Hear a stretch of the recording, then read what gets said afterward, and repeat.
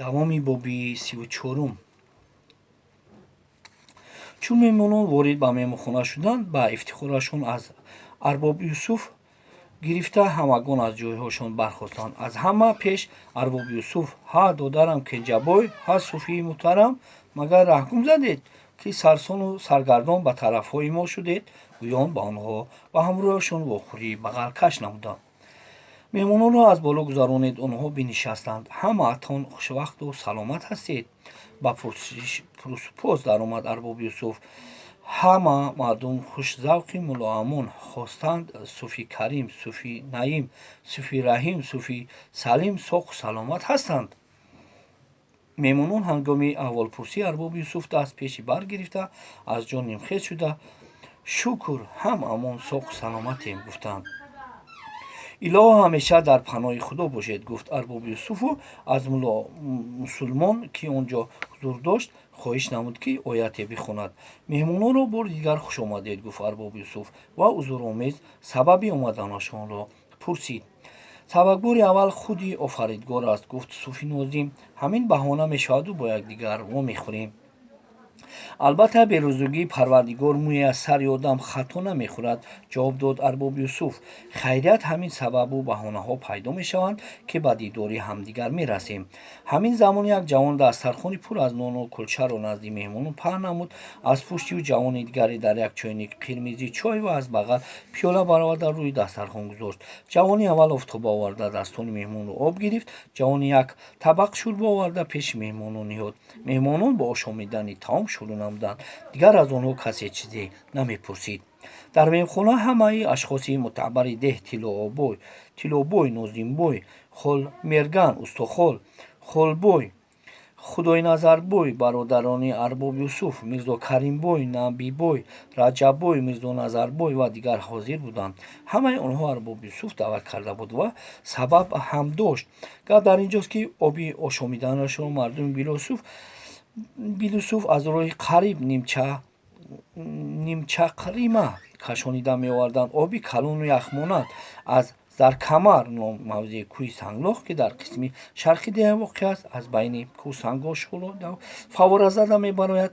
ин чашмаро Сарчашма мегӯянд. аз дараи тарафи шимол ягон 1000 қадам дуртар чашмаи оби калон талхмонанд ҷорӣ мешавад, ки онро Талхчашма меноманд. рафта ҳарду чашма бо ҳам мепайванданд. дар натиҷа оби ниҳоят ширини Сарчашма талхмазза мешавад. гузаштагон хеле қадими мардум Билусуф пештар аз ҳарду чашма, ки бо ҳам пайваст мегардид, ҷӯй кашида ба деҳа оварда буданд. дар натиҷа барфу боронҳои шадиди солҳои охир ҷо вайрон ва оби ширин ба деҳа намудагӣ шуд. оби ҷӯй боз ба оби талх омехта ба дарё байни деҳа равон мегардид. ба ҳамин мақсад арбоб одамони бонуфузи деҳаашро дар меҳмонхонааш ҷамъ оварда буд, то маслиҳати ҳашарро пешкаш додад. дастҷамона ҷӯйро тоза кунанду мардум дигарбора аз оби ширини ҷонбахш бархурдор бигарданд. вале ба ин масъала баъдтар дахолат менамоем. алҳол матлаби меҳмонони аз деҳаи мулоамон омадаро ба билусуфиён баён месозем. меҳмонон бо иштиҳои том таомро хӯрда ба дастархон фотиҳа хонданд. арбоб Юсуф баробари ба меҳмонхона ворид шудан фаҳмида буд, ки бародарони мулоамонӣ дар ин пагоҳи бекору бесабаб ба ин ҷо намеоянд. вақте онҳо ба чойнӯшӣ машғул буданд, ба як нарму суханӣ муроҷиаташон кард. меҳмонони ба ғоят гиромиқадр аввал узри билониҳоя пайдост, ки инсон бе ягон матлабу мақсад аз ҷое ба ҷое намеравад. лутфан мегуфтед, ки чӣ зарурат ва эҳтиёҷе шуморо назди мо овард? арбоби муҳтарам, худатон медонед, ки мо аксар вақт қалаамонро оварда дар осёбҳои деҳаи шумо ор мекунем. ҷавобаш дод Кенҷабой: худамон дар ратепаи ҷинҷакзор як осёби нимкӯлае дорем, ки дар як шабонрӯз як бори хар гандумро ба зуд ор мекунад. ин ду бародар ёдгору Зубайдро нишон дода, ҳар дустова дар деҳаи мо мусофиранд. онҳо осёбамонро дида гуфтанд, ки бо ин обу ин дара осёбе сохтан мумкин аст, ки дар як шабонрӯз 17-18 бори хар гандумро ор кунад. Кенҷабои муҳтарам, ба шумо чӣ хел хидмату кӯмаке расонида метавонем, то бароятон дариқ надорем. мардуми мулоамон гоҳе ба билусуф омаданашон диданд, ки дар деҳаи шумо санги осиёб бекор будааст. Агар имкон мебуд, мо он сангҳоро бо пул ҳам бошад мегирифтем ва аз ин меҳрубониятон сарамон ба афлок мерасид. кенҷабой: ман осиёбдор нестам ва ба санги осиёб ҳам кор надорам, гуфт арбоби Юсуф. Лекин соҳибони сангҳо дар ҳамин ҷо ҳузур доранд. Ба фикрам, агар пурсам, не намегӯяд. Ҳамин тавр аст, Холмерган? арбоби муҳтарам: ҳама молу маноле ки дар деҳа вуҷуд дорад мутааллиқи шумост, ҷавоб дод Холмерган. агар шумо розӣ бошед, ман он ҷуфти сангҳои осиёбро ба мардуми обиду меҳмоннавози мулло Аммон лутфан ҳадия мекунам. ягон пайсаашон лозим нест. бигзор мардум ғалаашонро ор кунанд, дар сари намозашон дуои некамон биёяд, бас аст. Омин, гуфт арбоби Юсуф. ҳама нишастагон даст ба рӯ бардод ва омин карданд. ҳамин тариқ кору дархости мулло Аммонҳо ба мурод омад. нишастагон побанди суҳбати гарму самимӣ буданд, валекин гулездагони мо аз он дар ҳайрат ва андеша буданд, ки суфи нозим дар гуфторашон ягон зарра муболиғае накарда будааст. мардумони билюсуф дар ҳақиқат танӯманд, баландболо ва зебо буданд. дид, ки корашон омад кард ва масъала ҳал гардид. кенҷабой нооён суфинозимро нихта кард, яъне вақте ба мулло Аммон баргаштан расидааст. суфинозим, ки одами хушзену рамӯзфаҳм буд, имои кенҷабойро дарҳол фаҳмида ва сӯи арбоби Юсуф нигариста гуфт: арбоби иззатманд, аввало аз илтифотатон беҳад миннат дорем. баъд ба мардуми баҳсе меҳмондӯсту саховатманди билюсуф ҳазорҳо ташаккур. корамонро буд кардед. акнун дуои сафарамонро диҳеду ба мулло Аммон рафта тараддуди бурдани сангҳоро бубинем. суфии муҳтарам, магар аз дидори мардум билюсуф сер шудед, ки ба ин зудӣ баргаштан мехоҳед? худо нигоҳ дорад, арбоби муҳкарам, ба ҷои суфинозим ҷавоб гардонид кенҷабой. дар суҳбати одамони хуб кас солҳо нишаста ҳам сер намешавад. охир имрӯз пагоҳ баҳор дар мекӯбад. арбоби азиз, инони суханро дубора ба даст гирифт суфинозим. зиндагӣ ҳазор мушкилот дорад. онҳоро сари вақт ҳал насозиву ба эътидол наорӣ, то рафт душвор мешавад. кори дунё беохир аст, бародарон, гуфт арбоби Юсуф. якеашро иҷро кардӣ, аз пеш кори дигар мебарояд. ҳамин тавр аст, арбоби муҳтарам, гуфт суфинозим. ба ҳар ҳолат моро ҷавоб медодед, беҳтар мебуд. хайр, чӣ илоҷ? модоме ки азми қатъӣ рафтан доред, аз роҳ боз намедораматон. оқибат розӣ шуд арбоби Юсуф. лекин бигӯед, ки сангҳоро кай бурданед? кенҷабой ба ҷои ҷавоб ба усту ёдгор нигоҳ кард. барои ман бошад ҳамин рӯз дер шудааст истодааст, ҷавоб дод ёдгор. бисёр саволи бамаррӣ додед, арбоби иззатманд, гуфт ёдгор. ҳамин рӯз рафта мо бояд як чигинае бисозем, ки аз роҳҳои тангу борик гузашта тавонад. чаро ки роҳи мулло Аммон то ба ин ҷо пуршебу фароз будааст. ин моро ба андешаи мухталиф водор сохт. ба қароре омадем, ки ёро ҳам каме кӯтоҳтар бисозем, то барзагон чигинаро аз роҳҳои тангу борик кашида бурда тавонанд. офарин устод, гуфт арбоби Юсуф. пайдост, ки дар касбат басе ҳунармандӣ.